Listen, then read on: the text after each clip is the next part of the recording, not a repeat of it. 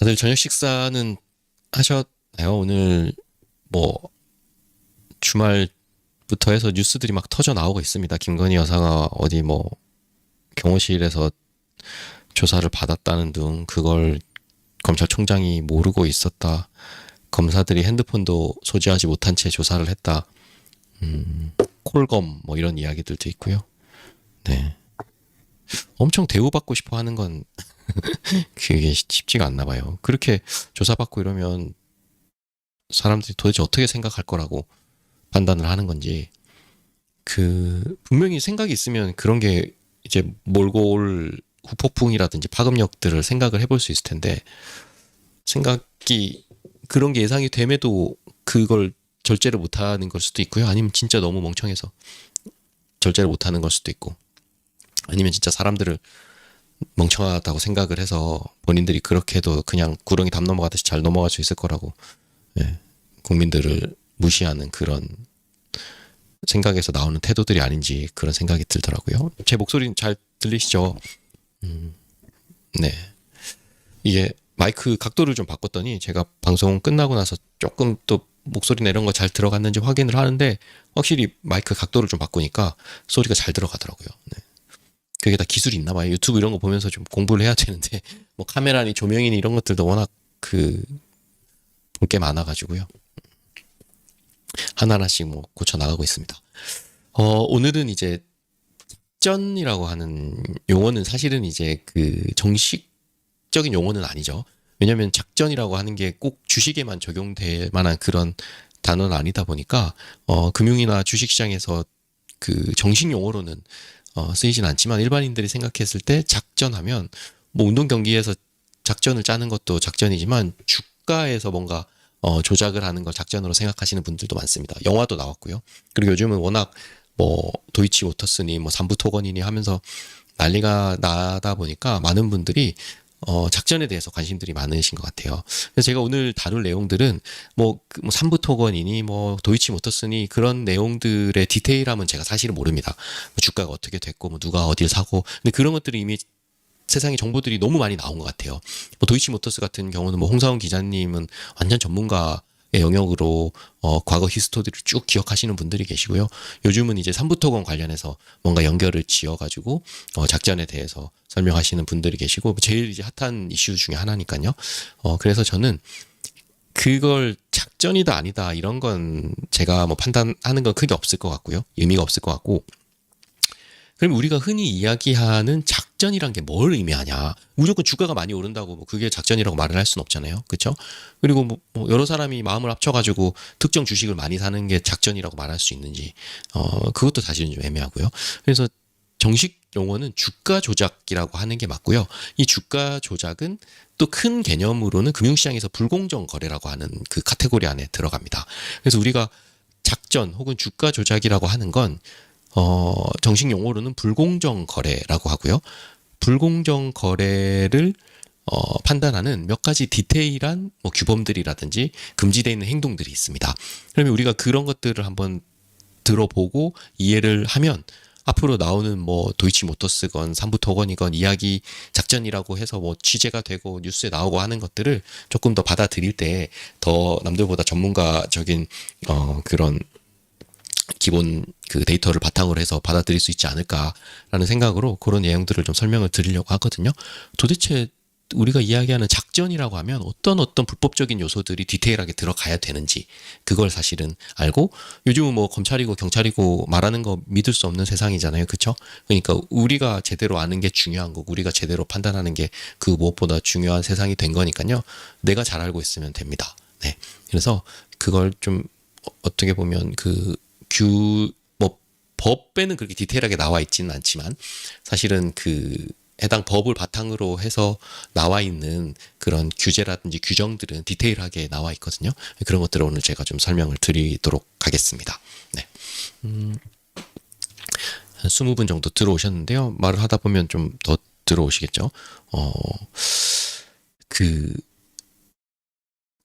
작전, 그리고 이 작전은 실제로는 주가 조작 시장이라고 이야기를 하고요. 이 주가 조작은 큰 카테고리에서는 불공정 거래라고 이야기를 할 수가 있습니다. 그래서 우리가 불공정 거래가 바로 작전이고, 이거 공정이다 아니다라고 하는 건, 이 시장이라고 하는 것은 서로 공평하게 돈을 거래하고 주식을 사고 팔고 하게끔 돼 있는데, 그리고 그 공평하기 위해서 룰들이 정해져 있는데, 그 공평한 걸 불공평하게 만들려고 룰을 어기고 하는 것들이 이제 불공정 행위고, 그런 불공정 행위들을 우리가 흔히 이제 주가 조작 작전이라고 이야기하거든요. 전 세계적으로 이 주가 조작에 대해서 처음으로 범죄로 단죄받은 사건이 있었는데요. 이게 좀 약간 신기합니다.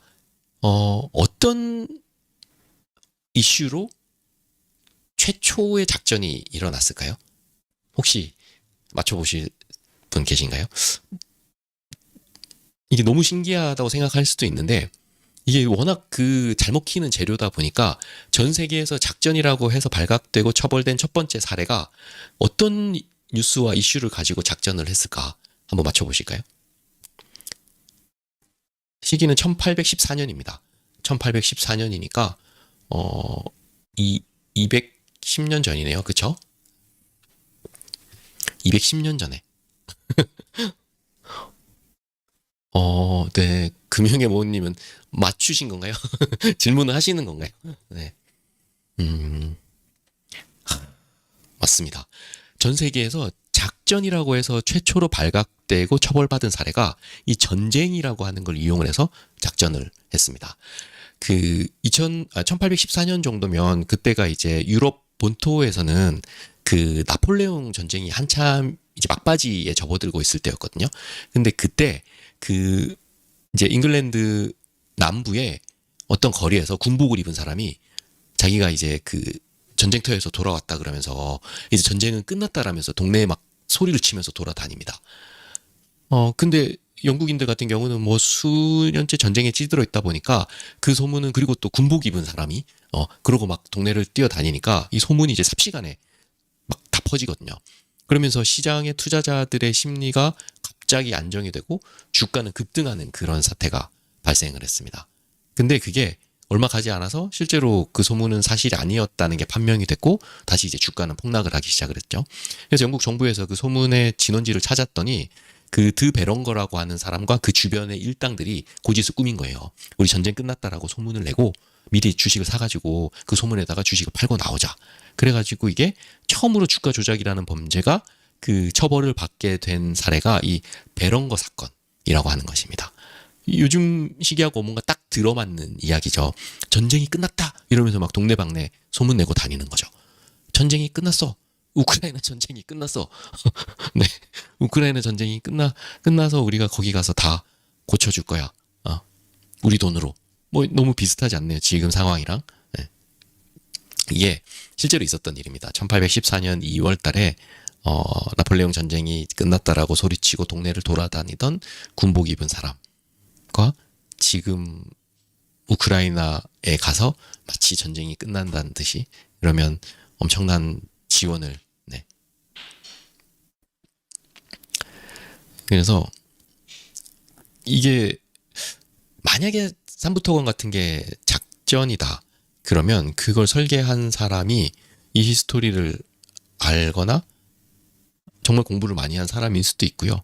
아니면 이런 소재들이 너무나도 잘 먹히는 그런 작전의 소재이기 때문에, 네, 이런 게 지금도 벌어지고 있는지 그런 것들이 잘 가늠이 안 될 정도로 200년 전에도 전쟁 관련해서 작전을 하려던 세력들이 있었고, 그 세력들이 작전이라고 하는 것이 전 세계적으로 처음으로 범죄로 단죄받은 사건의 전말이다. 네, 그렇게 말씀드릴 수 있겠습니다. 이게 불공정 거래라고 하는 게 사실은 자본시장법에서는 그걸 이제 구체적으로 정의를 하고 있지는 않거든요. 작전을 하거나 뭐 주가 조작을 하거나 그렇게 금융시장에서 불공정하게 거래를 하는 사람들은 기본적으로 이제 자본시장법에 의해서 처벌을 받습니다. 근데 이 불공정 거래 유형들을 디테일하게 각 개별적으로는 규정을 하고 있습니다. 그래서 뭐 증권거래법, 그리고 선물 옵션 거래법 같은 것들을 통해서 이런 이제 디테일하게 불공정 거래에 대해서 언급을 하고 있고, 그런 것들에 대해서 이제 어떻게 처벌할 것인지에 대해서 규정을 하고 있거든요. 그래서 우리가 이제 불공정 거래라고 하는 거에 정의를 말씀을 드리면 증권 발행, 증권 유통 과정에서 파생 상품 증권 발행, 증권 유통 과정 혹은 파생 상품 거래 과정에서 관련 법이 요구하는 신고 아니면 각종 의무 등을 이행하지 않고 거래를 하는 행위 아니면 자본시장법에서 규제하고 있는 금지 사항을 위반해서 부득 이득을 취하려고 하는 행위 일체를 말한다. 네. 그리고 뭐 다른 개념으로 불공정 거래라고 하면 자본시장 거래 질서의 공정성과 투자자의 신뢰를 크게 훼손시키는 행위로서 자본시장법 제4편 불공정 거래 규제에서 규율하고 있는 미공개 정보 이용, 시세 조종, 그리고 뭐 기타 부정 거래 행위들을 말한다라고 이렇게 설명을 하고 있습니다. 그래서 우리가 실제로 그 작전이라고 하면 대부분 이제 시세 조종에 대해서만 생각을 하거든요. 혹시 들어보셨을 거예요. 뭐 통정거래, 가장매매, 뭐 시세 조정, 허수 주문, 뭐 이런 것들이 이제 시세 조정인데 이런 것뿐만이 아니라 뭐 미공개 정보를 이용한다든지, 회사에 내가 임원이었어요. 근데 회사의 임원이고 아니면 뭐 사내 이사건, 사회 이사건, 회사하고 매우 밀접한 관계를 가지고 있는 사람이 그 회사 내부의 정보를 취득해서 그걸로 주식을 사고 파는데 이용을 한다. 이런 것들은 뭐 빼박으로 불법이죠. 그렇죠? 그리고 부정거래 아니면 회사 같은 경우는 내가 지분을 사고 팔 때 바로바로 신고를 해야 됩니다. 뭐 신고나 공시 같은 것들을 위반하는 것들도 사실은 불공정 거래가 행위가 되고요. 그리고 회사 내부자 같은 경우는 주식을 샀다가 바로 팔면 그것도 불법이거든요. 그래서 단기 매매를 하는 것도 하나의 불공정 거래가 될 수도 있고요. 주식을 많이 샀는데 그 많이 산 걸 보고를 안 한다거나 뭐 허위로 보고한다거나 이런 것들도 불공정 거래가 될 수도 있고요. 그래서 이런 것들을 일단 하나하나씩 제가 설명을 드리면서 한번 쉽게 한번 이해를 해보면 좋을 것 같습니다. 첫 번째가 이제 시세 조정 행위인데요.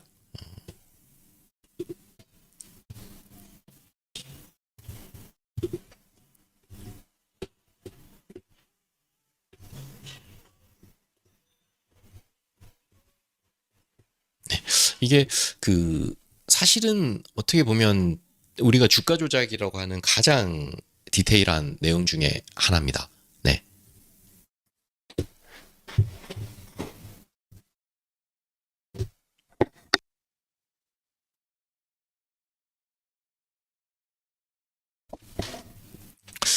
시세 조정이라고 하면 우리가 주가를 의도적으로 변동시키는 행위를 이제 시세 조정이라고 하거든요.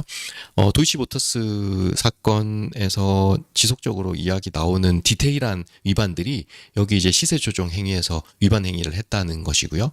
뭐 비경제적이거나 비합리적인 주문 이렇게도 이야기를 할 수가 있습니다. 첫 번째로는 이제 통정매매하고 가장매매가 있거든요. 우리가 이제 통정매매라고 하면 특정 주식의 거래가 막 잘 되는 것처럼 잘못 알게 하기 위해서 상대방과 이제 사전에 약속을 하고 주식을 매매를 하는 걸 통정매매라고 합니다. 몇 시 몇 분에 내가 이 주식을 팔 테니까 네가 그걸 사. 이런 것들이 서로 이제 통해 가지고 서로 거래를 하는 걸 통정매매라고 하죠. 상대방하고 사전에 약속을 하고 사고 파는 걸 하는 행위입니다.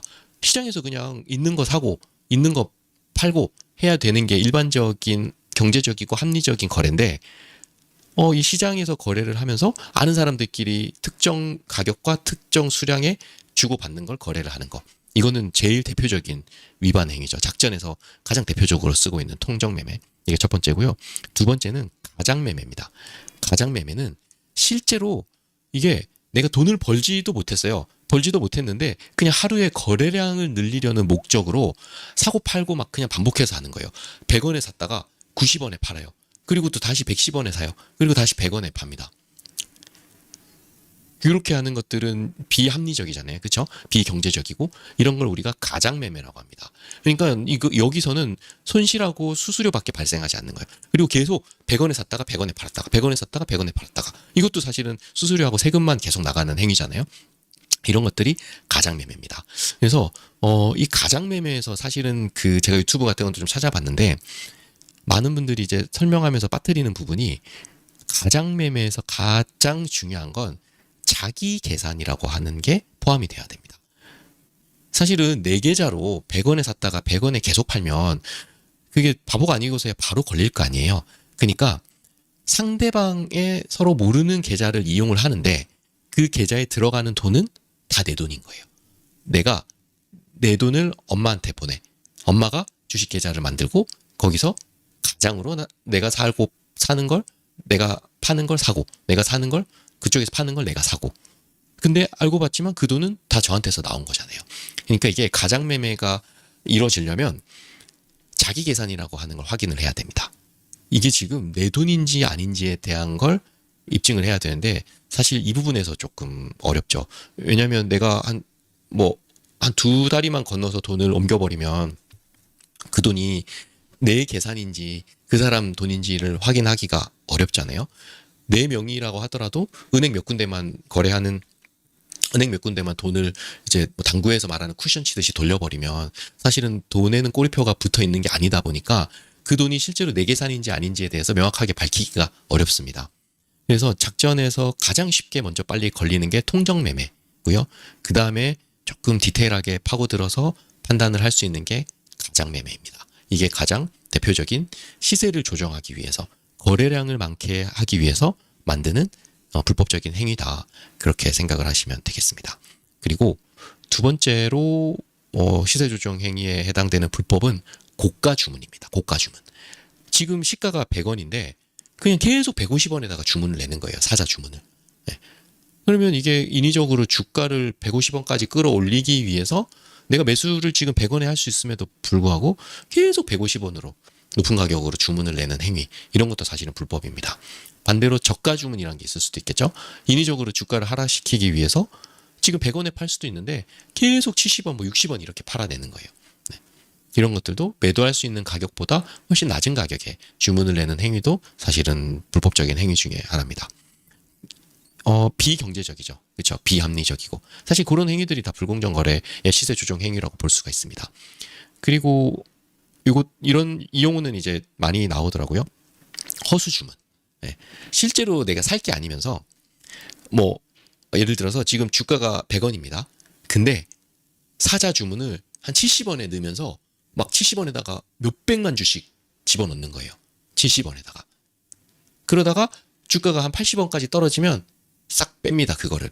그러니까 실제로 이거는 살 의도로 주문을 넣는 게 아니라 나 이만큼 돈 많은 사람이 사려고 대기하고 있어라는 걸 그냥 시장에 보여주는 허수인 거죠. 그렇죠? 허수 주문. 실제로 내가 사려고 주문을 넣었다기보다는 지금 사려고 대기하는 게 이만큼 있다라고 허수로 보여주기 위해서. 네. 그렇게 실제로 많이 거래를 합니다. 그래서 증권사에서 그냥 제가 개인이고 작전이 아님에도 불구하고 주문을 넣었다가 좀 많이 넣어야 되겠죠. 몇 억씩 주문을 넣었다가 그냥 사정이 생겨가지고 주문을 취소한다. 그러면 이런 허수 주문 이런 거에 걸립니다. 거래소에서. 그래가지고 왜 그렇게 네가 그 거래를 했는지에 대해서 막 소명을 해야 되고 그렇기도 하거든요. 근데 이 허수 주문이 반복적으로 일어난다. 그러면 그런 것들도 시세 조정 행위를 하려는 불법적인 행위라고 할 수도 있겠죠. 그리고 허위사실 유포. 그러니까 이거는 이제 거래하고 관련된 불법적인 행위는 아닌데 그 병사가 영국을 뛰어다니면서 전쟁이 끝났다라고 허위사실을 유포하듯이 막 지금 여기저기에 메신저 같은 것들도 많고 요즘에는 SNS 이런 것들도 많으니까 그런 허위사실을 막 세상에 유포를 하는 거죠. 조직적으로 할 수도 있고 개인이 할 수도 있고 아니면 인플루언서 이런 사람들이 이용해서 할 수도 있고요. 네. 그런 것들이 대표적인 시세 조정 행위이고 불법 행위이고 사실은 여기에 작은 개념의 작전, 주가 조작의 행위라고 볼 수가 있습니다. 한번 정리해서 적어보면요.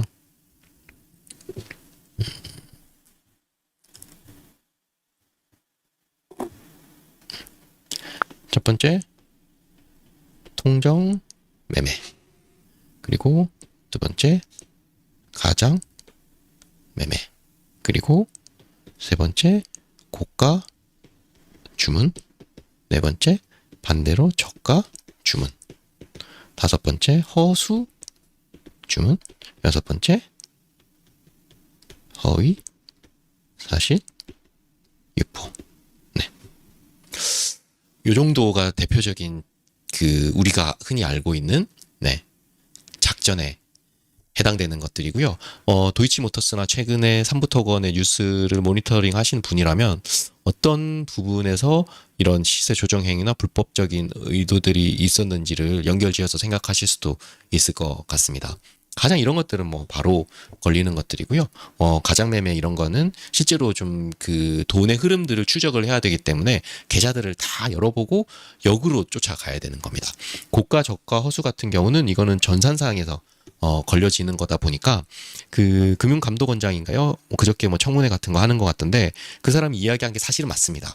이게 전산상에서 금감원 같은 경우는 거래소 같은 경우는 전산상에서 이런 그 위법 행위들이 걸러져야지만 그때부터 조사가 들어갈 수가 있거든요. 통정매매 같은 것들은 사실 좀 거래소 전산 시스템에서 잘 밝혀지기가 쉽지가 않아요. 그리고 뭐 계좌 뭐 50개, 60개씩 동원을 한다는데 그게 계속 서로가 막 주고 받는지를 모니터링 하기가 쉽지가 않거든요. 근데 고가 주문이나 저가 주문이나 허수 주문 같은 것들은 전산상에서 바로바로 건수별로 이게 발견이 되다 보니까 그런 것들을 통해서 거래소에서 작전 여부를 판단하는 조사에 이제 출발점이 될 수가 있는 거죠. 그래서 그 사람이 뭐 사실은 뭐 정부 인사기 때문에 그렇게 그 야당 의원들의 질문에 이제 소극적으로 이야기했을 수는 있겠지만 지금 시스템 자체가 그렇습니다. 그런 걸 조사하라고 이야기할 거면 이제 검찰에 가서 이야기를 해야 되는 거죠. 감독원이나 거래소 같은 경우는 이런 이상 시세 조정 행위들이 모니터링 됐을 때 그때부터 이제 조사를 해 나가는 것들이고요. 뭐 거래소 같은 경우는 실제로 그 사람의 금융 거래 내역을 다 볼 수는 없잖아요. 이게 수사기관이 아니다 보니까 그러면 이 전산상에 뭔가 불법들이 있으면 그걸 바탕으로 사실은 이제 결국에는 검찰에서 조사를 해야 되는 거죠. 네. 그런 상황이라고 보시면 될 것 같습니다. 뭐 여기까지 크게 뭐 복잡하거나 어려운 내용은 없으시죠? 제가 어려운 얘기를 하고 있는 건 아니어가지고요. 혹시 뭐 따로 질문이나 잠시 화제 전환을 할 이야기가 있을까요? 도이치모터스 같은 경우는 실제로 김건희 여사가 그 회사의 사회이사였는지 아니었는지는 모르겠지만 본인의 경력상에 그런 내용들을 적었던 걸로 저는 기억하고 있습니다. 사실 누구보다도 그 내부의 정보를 잘 알고 있었고 그 권오수 회장이랑도 매우 친했으니까 그 정보를 누구보다 쉽게 취득할 수 있었겠죠. 그 정보를 바탕으로 동일한 IP로 거래를 했다고 하는 건 그 동일한 장소에서 거래를 했다는 뜻이거든요. 동일한 장소에서 뭔가 사고 팔았어. 그러면 이게 같이 있는데 말 안 하면서 사고 팔 수 있을까요? 완전 이거는 너무나 나는 통정이다라고 하는 걸 더 이상 이만한 통정은 없다라고 이야기할 정도의 빼박의 그런 거래가 분명히 있었던 것 같고요. 돈의 출처들을 밝혀야 되겠지만 다른 사람 명의를 이용하더라 하더라도 그 출처가 내 돈에서 출발이 됐다 그러면 그것도 자기 계산의 계좌로 보거든요. 명의가 다르다 하더라도 내 계좌로 봅니다. 그러면 내 계좌끼리 주고받은 게 되니까 그것도 가장매매 혹은 통정매매가 되는 거고요. 그쵸? 일단은 근데 이제 이게 나는 돈만 대고 시키는 대로만 했다. 이렇게 이야기를 하면 사실은 많이들 처벌 안 받는 경우도 제가 많이 봤습니다. 실제로 그런 경우에도 실제로 진짜 나는 돈만 대고 그냥 어떻게 보면 이용당하는 거죠. 그 작전에 이용당한 사람들도 많이 봤고요. 많이 개입이 돼 있음에도 불구하고 실제로는 빠져나가는 사람들도 제법 많았습니다. 네. 이게 그만큼 수사하고 조사하기는 좀 어려운 분야인 거는 맞는 것 같아요. 근데 좀 관대하기도 한 것 같고요, 전체적으로. 근데 뭐 양형 같은 것들은 엄청 좀 막 무기징역 이런 용어들도 나오고 그러거든요. 그런데 막상 그렇게 처벌받는 사람들은 좀 솜방망이로 처벌받는 게 우리나라 지금의 이 금융 환경의 그 특징이 아닌가 그런 생각을 하고 있습니다.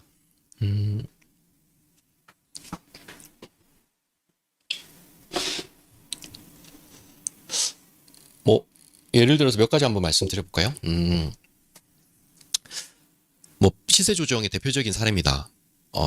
인터넷 동호회에서 4명들이 주식 투자 동호회 활동을 하기 시작합니다. 뭐 회사원도 있고 의사도 있고 뭐 인터넷에서 이제 서로 친해져가지고 그 라더견 사태처럼 유통 물량이 엄청 적은 주식을 서로 소개를 합니다. 그리고 작전하자고 권유를 해서 그때부터 서로 그냥 암묵적인 동의하에 사기 시작합니다.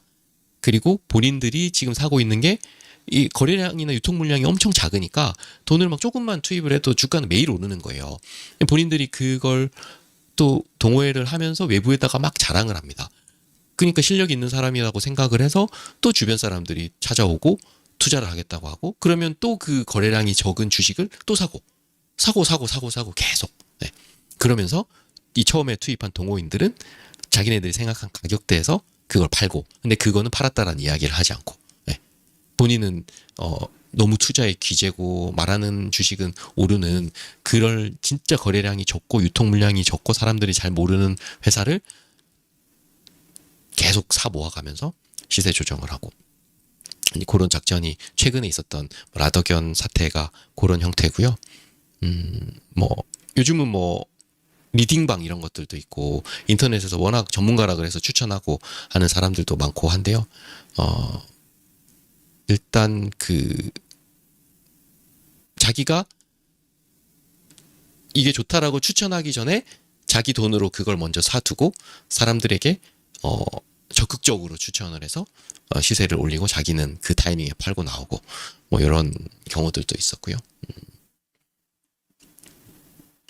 이런 것들 제보하면 그 포상도 받습니다. 그래서 김건희 여사 도이치모터스나 삼부에 대해서 디테일하게 아시는 분들은 신고하고 이런 포상금도 받거든요. 네. 그리고 금감원 이런 데다가 신고하게끔 신문고도 열려있고 하니까요. 네. 그러면 뭐합니까? 검찰이 조사 안 하면 소용없는 거 생각해보니까 다 하등 소용없는 소리네요.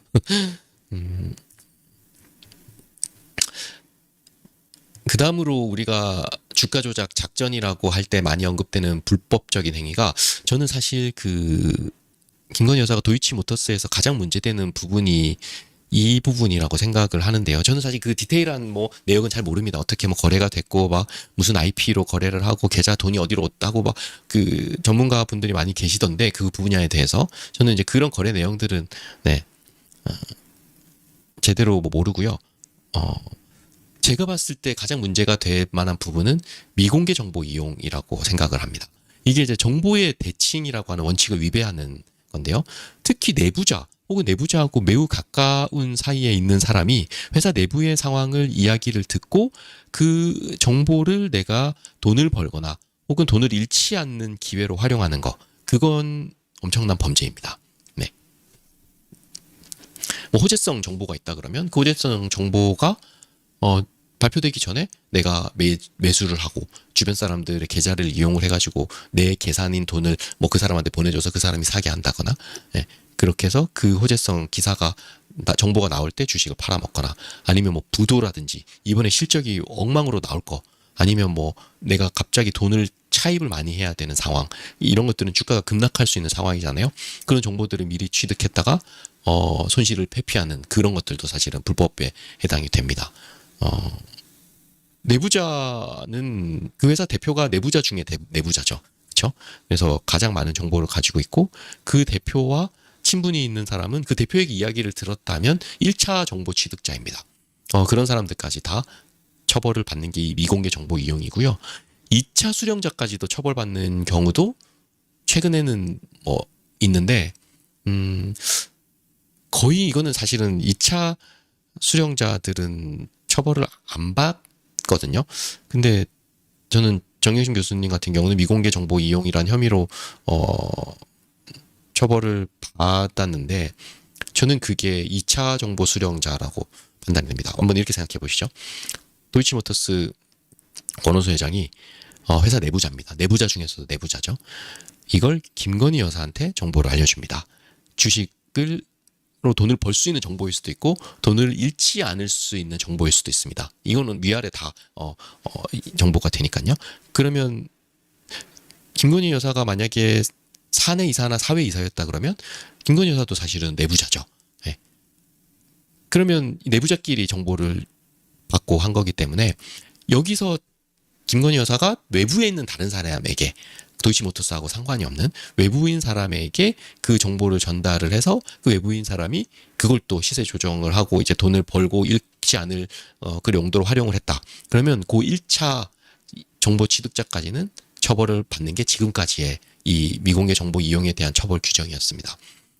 근데 1차 수령자가 또 너 이거 진짜 비밀이야? 그러면서 또 자기 친구한테 이야기를 한 거예요. 그럼 이거는 어떻게 처벌을 해야 되나 말아야 되냐. 그래서 사실 이거는 너무 모호하잖아요. 1차 수령자도 사실은 모호한데 1차 수령에서 그걸 또 친구에게 전달했는데 그 친구까지 처벌을 받아야 되나? 이거는 사실은 그런 사례들도 거의 없었고 뭐 전문가나 뭐 애널리스트 같은 경우는 그렇게 적용을 받는 경우가 있었을지 모르지만 일반 투자자가 2차 수령자까지 처벌받는 경우는 들어본 적이 없거든요. 그렇게 치면 너 이거 비밀이야 하고 주식 사 팔아 이야기해주는 사람들과 그 이야기를 듣고 주식 사고 파는 사람들은 다 불법이란 이야기가 될 수도 있거든요. 그런 식으로 적용을 해버리면. 근데 저는 정영신 교수 사건에서 검찰과 법원이 그런 2차 수령자까지도 처벌을 한 선례를 남긴 게 아닌가 약간 저는 그렇게 생각을 하거든요. 왜냐하면 조범동이 지가 뭔가 그래서 뭐 실질적 지배, 뭐 실질적 대표 뭐 이런 이야기들 하거든요. 그러니까 실질적으로는 오너하고 대표가 따로 있었어요. 그리고 자기는 그냥 옆에서 심부름하고 그냥 정보만 주워 듣던 인간인데 본인이 이제 사기 쳐먹으려고 회사 내부자인 척하고 많이 아는 것처럼 이야기를 하면서 그렇게 이제 사기를 친 거거든요. 그러면 회사 내부자가 있고 그걸 수령한 사람이 조범동이 1차 수령자. 조범동이 그 정보를 가지고 외부에 또 누구한테 이야기를 했다면 그 사람은 2차 수령자가 되는 건데 네. 그렇게까지 처벌을 하는 사례가 생겼다는 게 네. 그러면 진짜 남 얘기 듣고 주식 사는 거는 이제 무서워서 하지 말아야 되는 법적으로 처벌받을까봐 그런 세상이 된 거거든요. 네. 그런 것들도 한번 추가로 한번 말씀드려봤습니다.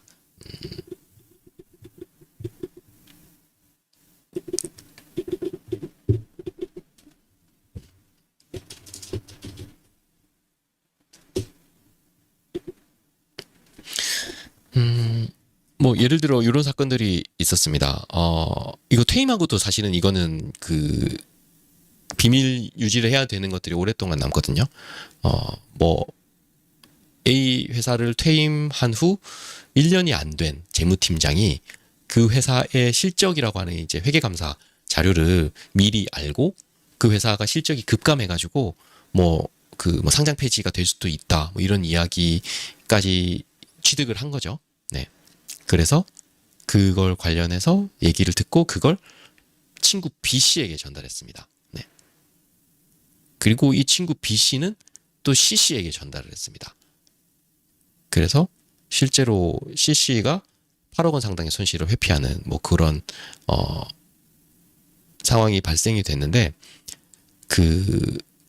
이거 같은 경우는 왜 C가 처벌을 받았냐면 실제로 B가 1차 정보 수령자인데 그걸 통해 가지고 손실을 회피했으니까 C가 사실은 그 행위에 대해서 1차 수령자 격으로 형사처벌 대상이 돼버린 그런 케이스거든요. 여튼 B는 정보만 듣고 중간에서 전달을 하는 역할을 한 거다 보니까 1차 수령자는 B인데 2차 수령자인 C가 그걸 통해 가지고 실제로 그 손실을 회피했기 때문에 네, 이런 것들도 처벌한 경우가 있다 그렇게 말씀드리고요. 그쵸. 주가 조작이 제가 아까 전에도 말씀을 드렸다시피 볼 수 있는 자료가 매우 한정적이고요. 모든 회사의 금융거래 내역을 가지고 있다. 그러면 사실은 뭐 찾으면 찾을 수도 있을 것 같아요. 근데 아까 제가 말씀드린 것처럼 가장 매매를 해서 다른 사람의 계좌를 이용하고 내 계좌에서도 이거를 막 다른 은행들로 쿠션을 쳐버리고 이래버리면 그 돈을 찾기가 진짜 힘들거든요. 그래서 이건 당사자의 그 진술로서 뭔가 채워가야 되는 부분이 엄청 많은 수사라는 걸 제가 회사 다닐 때도 그런 생각을 하고 있었고요. 요즘도 뭐 그런 건 좀 그렇게 생각을 하고 있고 미공개 정보 이용 같은 경우는 이걸 내가 어떤 식으로 수령했는지 아닌지를 핸드폰이라든지 뭐 통화 내역 같은 걸로 확인하지 않으면 알 수가 없습니다. 미공개 정보 이용했어? 그러면 했다고 하겠습니까? 그걸 입증할 책임은 검찰이겠죠. 근데 소환도 못해, 압수수색도 못해, 뭐 증거라고 되는 것들을 제출하지도 않아. 그러면 아예 이런 건 따져보지도 못하는 거예요. 미공개 정보 이용 같은 경우는.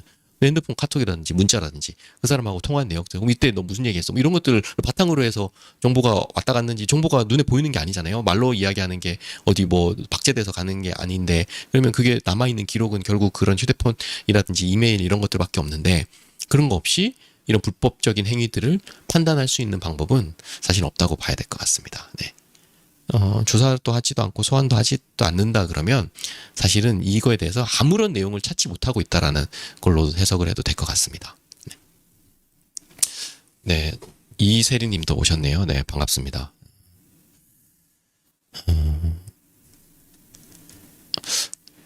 그러면 우리가 시세 조정 행위, 그리고 미공개 정보 이용, 뭐 이런 것들이 이제 기본적으로 우리가 흔히 이야기하는 주가 조작의 대표적인 개념들입니다.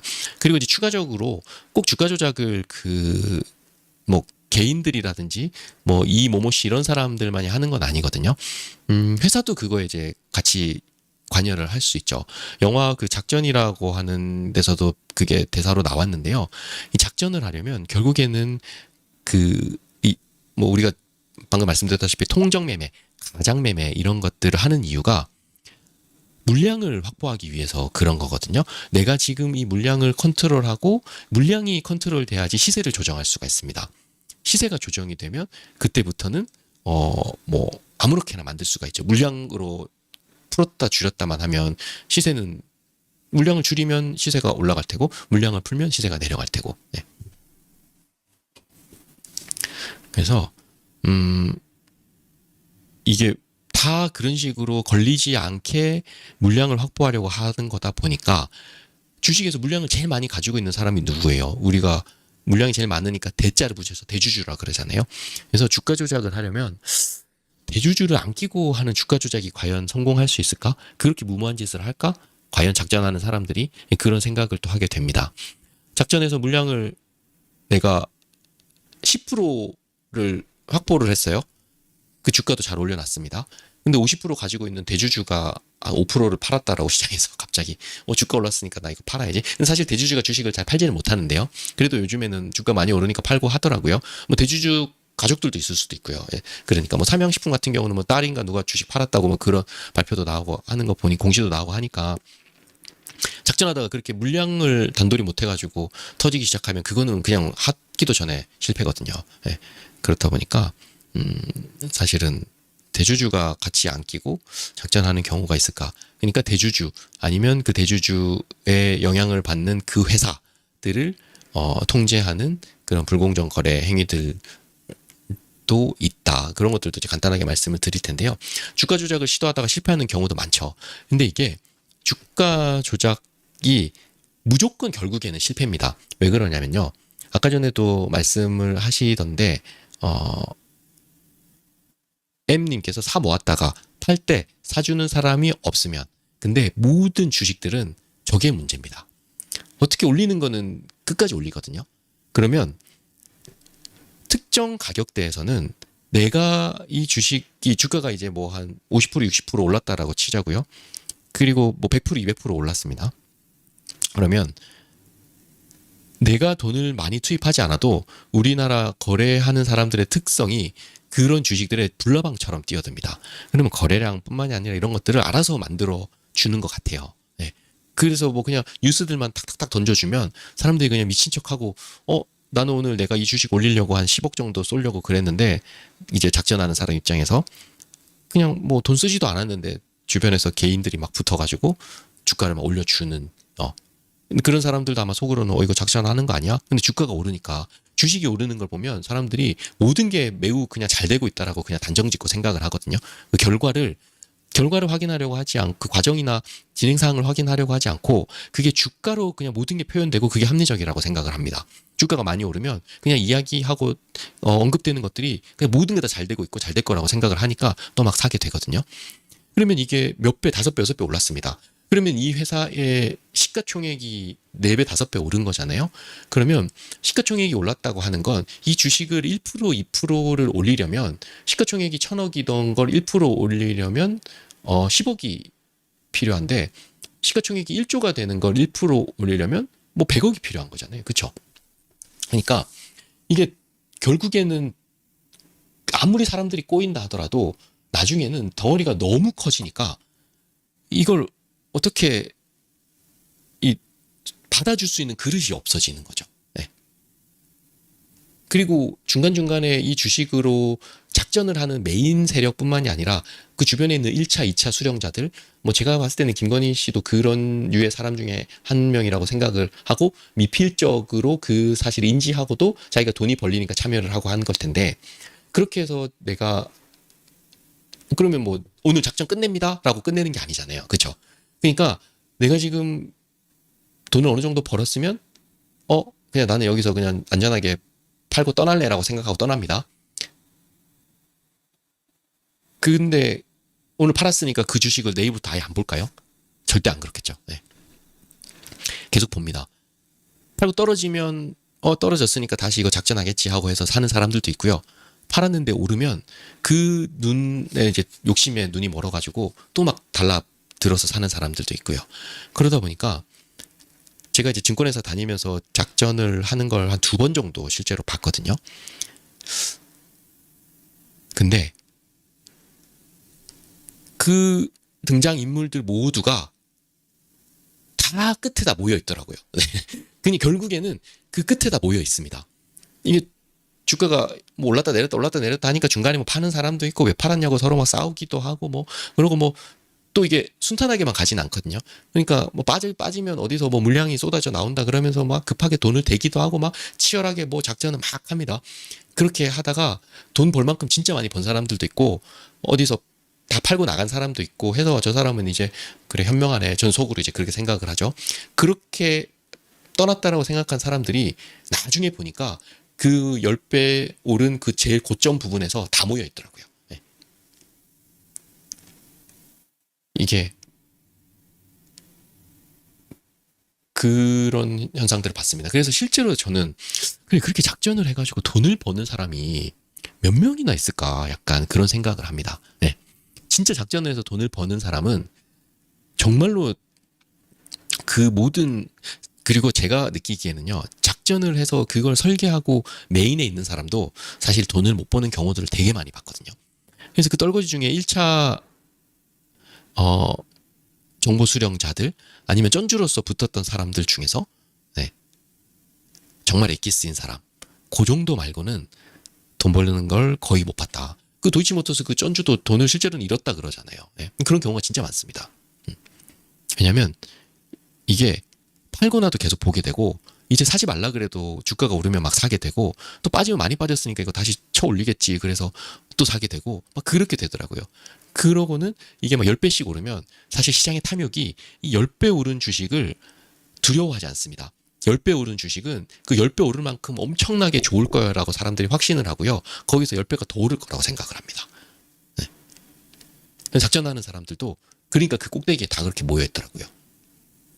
근데 그 주식에 빠져있지 않은 다른 시장 참여자들은 생각보다 되게 현명하거든요. 10배 오른 주식의 가치가 내가 지금 이거를 사서 돈을 벌 게 없을 것 같아라고 생각하는 사람 그리고 이 주식이 10배 올랐는데 10배 더 오를 거라고 생각하는 사람 시장은 요 두 부류로 딱 남게 됩니다. 특히 뭐 삼부토건 같은 것들 주식 저렇게 올랐으니까 시장 참여자들 중에서 모르는 사람도 없거든요. 저런 주식들이 왜 빠지냐면 저렇게 세상에서 누구나 다 거래하고 그날 제일 많이 거래되는 주식이고 하고 주가가 10배 올랐잖아요. 그러면 그 10배 오른 데는 그 주식과 스토리를 같이 해온 사람들이 모두 다 올인해서 꼬라박은 돈이 거기 들어가 있고요. 나머지는 그걸 외부에서 지켜보는 사람. 시장은 그 두 부류만 거의 남게 됩니다. 추가로 이 주식을 안 산다고 판단하는 사람들. 네. 그리고 이 주식이 10배 더 갈 거라고 확신하고 이미 10배 오른 상황에서 들어가 있는 사람들. 그러면 이게 떨어지는 경우는 어떤 경우겠어요? 이 사람들을 설득 못하면 10배 오른 사람들이 10배 더 오를 거라고 생각을 해서 어디서 땅을 파서 가져오지 않는 이상은 이 주식이 유지가 되지가 않는 거죠. 네. 요 삼부토건에 오리엔테이드 돼 있는 사람들이 삼부토건을 안 산 사람들을 설득해야 되는데 설득하려고 하니까 이 사람들이 내가 바보야? 지금 10배 오른 주식을 뭔 그게 좋은 일이 있을 거라고 알아보려 하지도 않고 그냥 안 보는 거죠. 예. 강남의 땅 내가 뭐 안 살 거야 이렇게 생각하고 기본적으로 확인도 안 하고 약간 이런 느낌이랑 비슷하고 그리고 이 10배 안에 그 큰 그릇 안에 들어가 있는 사람들은 이게 앞으로도 10배 더 오를 거라고 생각을 하니까 있는 돈 없는 돈 다 끌어왔지 않겠어요? 그렇죠? 이미 자기는 돈을 많이 벌었음에도 불구하고 이게 앞으로 더 오를 거라고 생각하고 있는데 거기서 내가 투자를 주저해야지라고 하는 거 본능적으로 힘들거든요. 그러다 보니까 돈을 있는 돈 없는 돈 다 끌어오는 거죠. 네. 그렇게 해서 만든 가격이 그 가격입니다. 대한민국은 그렇게 정도의 규모가 네. 근데 거기서 갑자기 한 10배 번 사람이 그러면 그 엄청 많이 들어가 있을 거 아니에요. 그래 나는 이거는 아닌 것 같아. 정신을 좀 차립니다. 아니면 뭐 수사가 들어올 수도 있고요. 아니면 갚아야 되는 돈이 있을 수도 있고요. 모든 사람들이 지금 상황에서 앞으로 10배는 더 오를 거라고 생각을 하고 생각을 공유하고 팔지 말자라는 그런 인식을 하고 있는 상황에서 누군가가 팔기 시작합니다. 네. 그러면 이제 흔들리죠. 서로에 대한 믿음들이. 근데 누가 지금 어디서 얼마큼 가지고 있는지도 모르는 상황이니까 여기서 뭐 큰 물량이 나와서 한 3% 빠지고 큰 물량이 나와가지고 한 10% 빠지고 그러다가 또 뭐 어디서 누가 돈을 구해 와가지고 다시 올리고 내리고 하면 그걸 그 10배 오른 바구니 안에 들어가 있는 사람들은 10배 오를 거라고 확신을 하지만 주가가 빠지고 막 오르고 이렇게 되면 하루에도 수십 번씩 네. 생각이 왔다 갔다 하거든요. 네.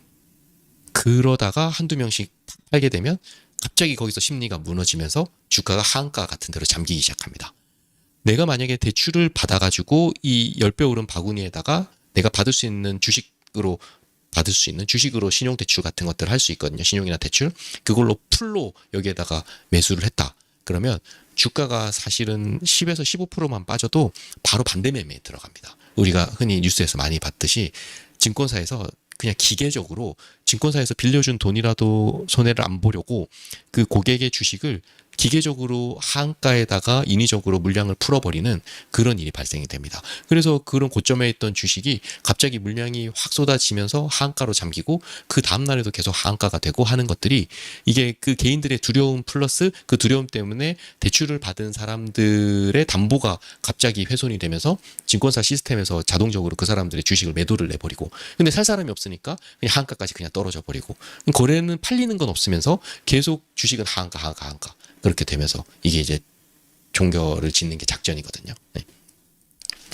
보통 그렇게 됩니다. 네. 그러면 그런 건 진짜로 삼부토건이 우크라이나 가가지고 땅을 파고 난리를 치고 하더라도 사실은 해결이 잘 안 됩니다.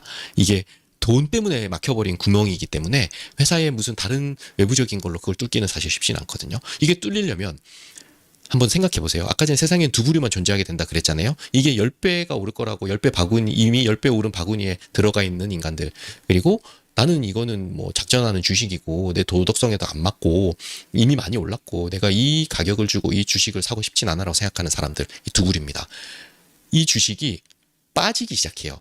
그러면 이 10배 올라서 주머니에 들어가 있던 사람들은 빠지면 그게 그 기대감이 한순간에 그냥 두려움으로 바뀝니다. 도대체 어느 정도 빠져야지 그 사람들의 두려움이 회복이 될까요? 그 사람들이 이 두려움이 회복이 되기는 할까요? 그냥 겁나니까 무조건 팔고 싶어 하지 않겠습니까? 주식과 사랑에 빠졌다라고 말씀드렸잖아요. 그 빠졌던 사랑이 사실은 되게 허수였고 그냥 내게 그냥 주가가 많이 올랐으니까 그렇게 될 거라고 생각했던 가정이었던 거였기 때문에 그게 무너지는 것도 한순간이거든요. 그러니까 그냥 그때부터는 파는 사람들만 존재를 하는 거예요. 그걸 안 사고 있던 사람들 입장에서는 봐봐 나 저 주식 저렇게 될 줄 알았어 라고 생각하는 입장이 돼버리는 거니까 이 주식이 아무리 빠져도 또 안 삽니다. 그럼 세상에는 이 작전 주식을 오로지 팔아야 되는 사람들과 안 사는 사람 이 두 부류만 또 남게 되는 거예요. 그래서 작전이 결국에는 성공을 할 수가 없다. 사실 그렇게 치면 라더견도 돈을 엄청 많이 벌어가지고 잘 됐어야 되죠. 돈을 많이 벌었지만 그거 실현을 못했다고 저는 생각합니다. 네. 중간중간에 뭐 찾아가지고 뭐 외제차 사고 뭐 호화롭게 살고 그런 거는 했겠지만 그 최종 단계에서 자기가 수백억 수천억이 그 10배 바구니 안에 들어 있었을 거거든요. 근데 그거를 소화를 못하니까 네, 그냥 그 상태로만 주식으로만 가지고 있었던 거죠.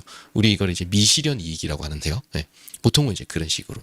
되고 뭐 저렇게 잡혀가지고 감옥까지 갔으니까 결국에는 뭐 그 돈도 다 잃었겠죠. 내야 될 벌금이나 이런 거 생각하면 사실은 돈을 못 벌었을 가능성이 매우 높다라고 생각이 됩니다. 네. 이게 사실은 작전의 리얼 스토리인 보시면 될 것 같고요. 영화나 그런 데서 나오는 것도 사실은 저는 잘 되게 구현을 했다고 생각은 하지만 그 마지막은 이런 식으로 정리가 된다. 네. 그렇게 말씀드릴 수 있을 것 같습니다. 네.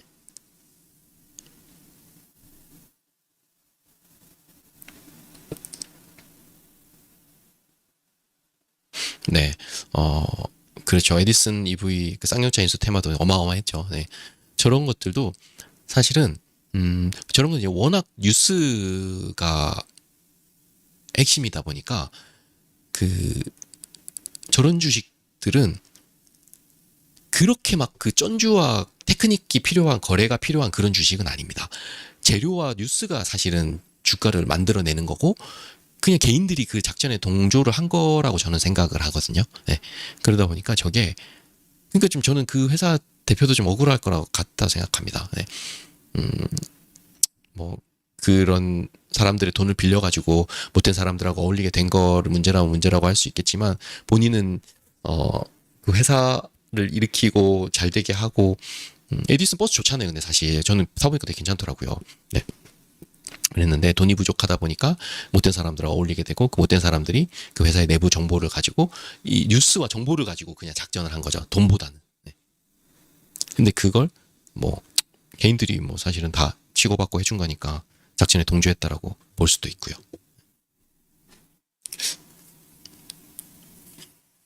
네. 그래서 여튼 원칙은 그렇습니다.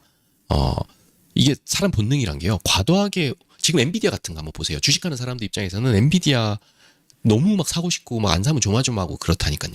예. 이게 내용을 모름에도 불구하고 그 엔비디아가 뭐 하는 회사인지 모름에도 불구하고 주가가 그렇게 많이 올랐다라는 것만으로도 모든 것들이 너무나도 잘 되고 있고 앞으로도 잘 될 거라고 그냥 사람들이 그 결과값만 보고 판단을 합니다. 작전이란 게 그런 사람들의 심리를 잘 이용을 하는 거죠. 네.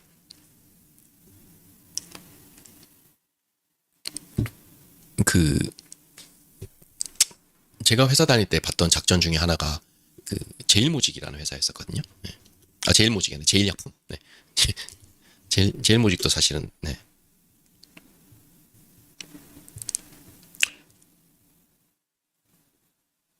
이 회사가 10,000원이었습니다. 주식이 10,000원이었는데 10만 원까지 주식이 가고요.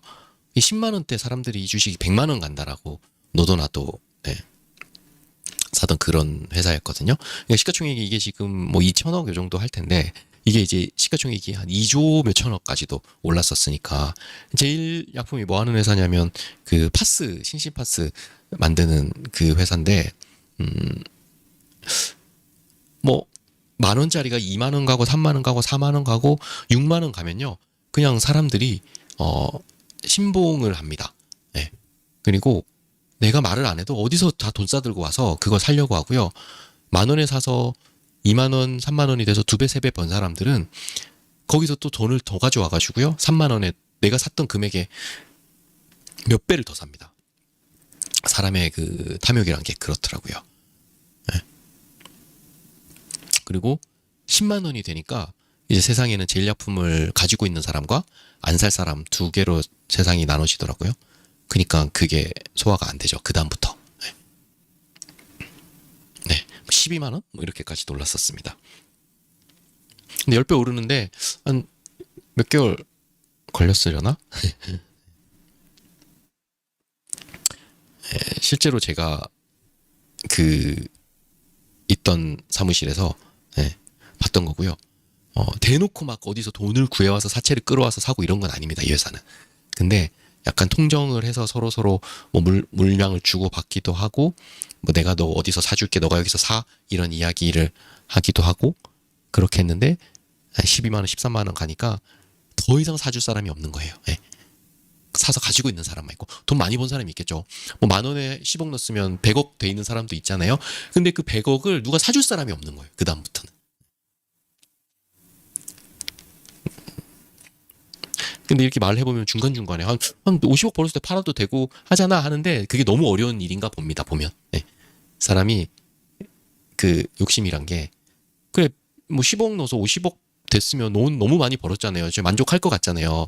근데 거기서 내가 그만하는 게 세상 그렇게 힘든 일인가 봐요. 사람들이. 예. 100억 되면 그냥 좀 팔아도 되잖아요. 100억 되고 그래도 한 1, 2주는 있었을 것 같거든요. 예. 근데 이제 그게 1000억을 생각하고 있으니까 나는 1000억을 생각하고 있으니까 100억이 큰 돈이 아닌 거죠. 네.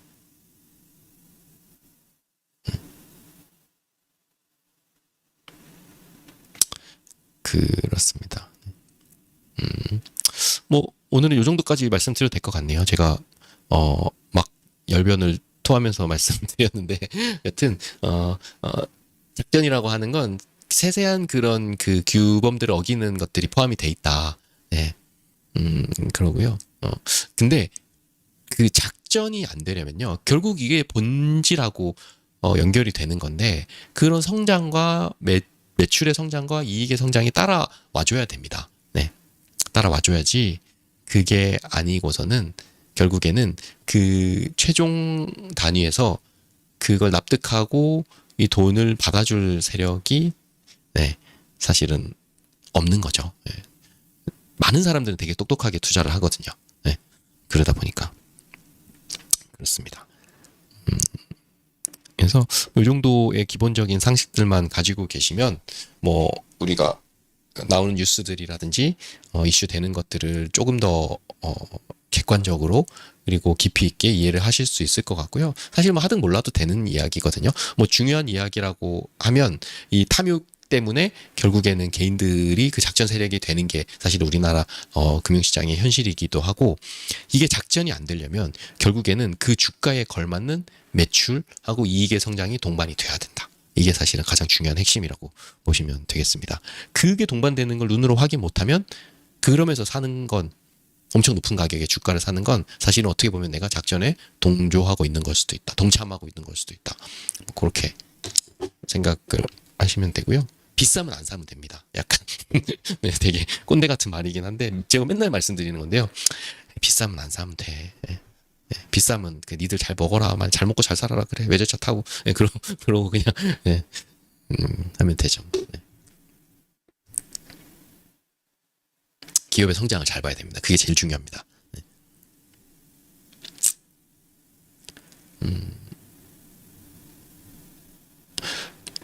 뉴스에 판다.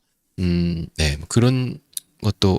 근데 저는 실제로 만약에 삼성이 그 엔비디아에 납품을 하기 시작하면 그 물량이 실제로 삼성의 성장에 큰 도움이 될 수도 있는 거기 때문에 주가는 다시 봐야 된다 이렇게 생각을 하고도 있거든요.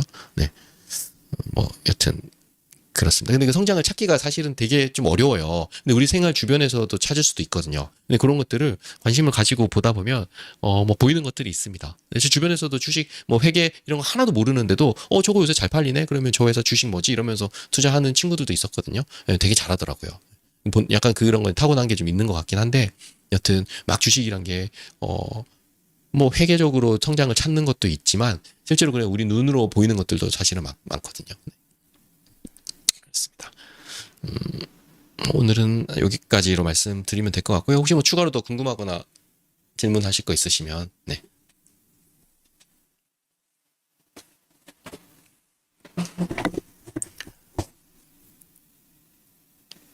네, 근데 그 지금 신나는 김 박사님 말씀하셨던 공매도가 그러면 과연 그 라더견이 주가 조작하는 걸 막을 수 있었을까?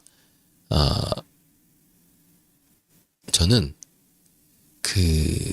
약간 그것도 의문입니다. 일단은 공매도를 쳤어요. 근데 라더견이 한참 잘 나가가지고 돈을 많이 구해왔습니다. 그래가지고 공매도를 쳤는데 거기서 주가를 10%더 들어 올려버렸어요. 그냥.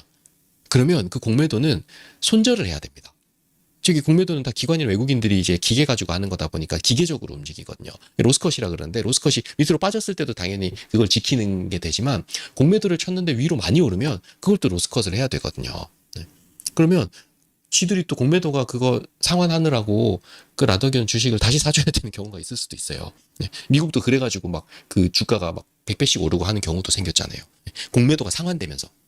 왜냐면 그 로스컷 범위를 넘어가가지고 주가가 더 올라버리면 그게 미국에서 개인들이 작전을 한 거잖아요. 로빈후드인가 뭐 그 프로그램 가지고 막 달러 1달러짜리 주식 사가지고 뭐 게임스탑인가 뭐 그런 주식들 그냥 우리 그냥 이거 공매도가 지네들 손실 엄청 보고 되사가게끔 만들자라고 그 암묵적으로 거기서 개인 투자자들이 의견이 모아져가지고요 주식을 무섭게 들어 올려버린 거죠. 그러니까 거기서 공매도했던 세력들이 이거 지금이라도 다시 되사가지고 갚아야 되는 상황이 돼버린 거고 뭐 회사가 막 망하는 그런 회사들도 생기고 막 그랬던 건데요. 미국도 그렇게 공매도가 작동되는데 한국처럼 허술한 데는 더 약간 노출이 됐을 수도 있겠다 이런 생각도 네, 합니다. 한블리가 뭔가요 오늘? 한블리가 뭐예요? 제가 처음 듣는 용어여가지고 한동훈이 한블리 아닌가요? 거기서 한블리를 불리는 아 TV쇼예요? 네. 아 네. 네네 알겠습니다. 네. 한블리 본다고 늦게 오셨다고 제가 이제 이해했습니다.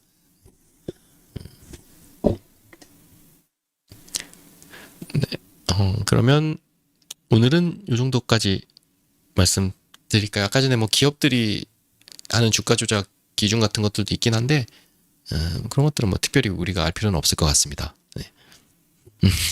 뒷이야기요. 잘 생각이 안 나요 이게. 오늘도 그냥 그 이야기 하다 보니까 말이 나온 건데요. 제가 중간중간에 실제로 있었던 일들을 잘 떠올려가지고 방송에서 한번 같이 녹여서 얘기해 보도록 하겠습니다. 네. 그러면 오늘 방송 봐주셔서 감사하고요. 내용들이 조금 뭔가 제가 설명드리고 할 부분이 많다 보니까 많은 분들이 내용을 듣느라고 채팅이나 이런 것들보다는 듣는데 집중을 하셨던 것 같아요. 그래서 다들 좀 잘 이해가 되셨으면 하고 앞으로 벌어지는 일들을 관찰하고 모니터링 하는데 조금이라도 도움이 더 되셨으면 좋겠습니다. 네. 그러면 제가 목요일 날은 하게 방송을 할 수 있을지 없을지 지금 그 또 다른 데 가야 될 일정이 있어가지고요. 네. 그렇고 네. 특이하게 제가 보통 그 방송을 하면 거의 뭐 1시간, 2시간씩 하잖아요. 8분 정도 방송을 하면 광고가 2개가 들어간답니다. 저는 유튜브 프리미엄이어가지고 광고에 대한 생각을 못하고 살았었는데 특정 영상인데요. 제가 한 20분짜리 영상인데 제 딸이랑 둘이 나와 있는 영상이 있거든요. 보통 제가 영상을 하나 올리면 영상 하나마다 뭐 한 2,000원, 3,000원 정도 유튜브에서 수익이 발생이 됩니다. 근데 그 특정 영상은 조회수가 특별히 많지가 않아요. 제가 뭐 조회수가 많이 나와봤자 뭐 1,000 정도가 안 되니까. 근데 그 영상은 조회수가 1,000이 안 되는데 수익금이 보통의 10배가 나왔더라고요. 그래서 왜 그렇지? 왜냐면 조회수 가지고는 이게 설명이 안 되니까. 그렇게 해서 제가 유튜브에 질문을 했습니다. 똑같은 조회수인데 왜 이 영상은 다른 영상에 비해서 이렇게 수익이 10배가 차이가 나냐. 그랬더니 그냥 본인들이 이제 긁어서 있는 답을 보내주긴 했는데요. 8분 정도 영상에는 광고가 2개가 들어간답니다. 그래서 광고를 끝까지 시청을 하고 그 광고를 시청하는 연령대가 50대, 60대이고 여성분인 경우에는 광고 단가가 높게 측정이 된다고 합니다. 네. 그리고 국가별로도 좀 광고 단가가 차이가 나는데요. 뭐 한국이나 미국이나 뭐 크게 차이는 없고 미국이 조금 더 광고 단가가 비싸고 뭐 그렇다고 하네요. 네. 그게 이제 소비력이 있는 그리고 애들이 보는 거는 또 광고 단가가 낮게 측정이 된답니다. 그래서 걔네들은 이제 구매력이 조금 떨어지니까 그래서 네. 그 정치 쉽단인가 그 유튜브 하시는 분 제가 그 유튜브 되게 좋아하거든요. 내용을 진짜 쉽게 잘 얘기하시더라고요. 진짜 그 제목대로 그분이 꼭 그 시작하기 전에 좋아요랑 광고 하나씩 시청 부탁드립니다라고 그 말을 꼭 하시더라고요. 그래서 그게 뭐지? 왜냐면 저는 유튜브 프리미엄을 하고 있었고 광고에 대해서 별 생각도 못 하고 있었고 그게 수익을 어떻게 배분하고 이런지를 잘 모르고 있다가 여튼 그렇게 됐고요. 나중에 제가 잘 되면 네 광고도 봐주세요라고 말씀드리도록 하겠습니다. 네, 네. 그러면 목요일 날 네, 제가 또 찾아뵙고 또 말씀드리도록 하겠습니다. 네. 오늘 마무리 잘 하시고요. 세상이 엄청 정신없이 돌아가네요. 뭐 미국 대통령도 뭐 어쩌고 저쩌고 한국도 뭐 날리고 뭐 네, 정신이 없습니다. 네, 목요일 날 또 뵙도록 하겠습니다. 감사합니다.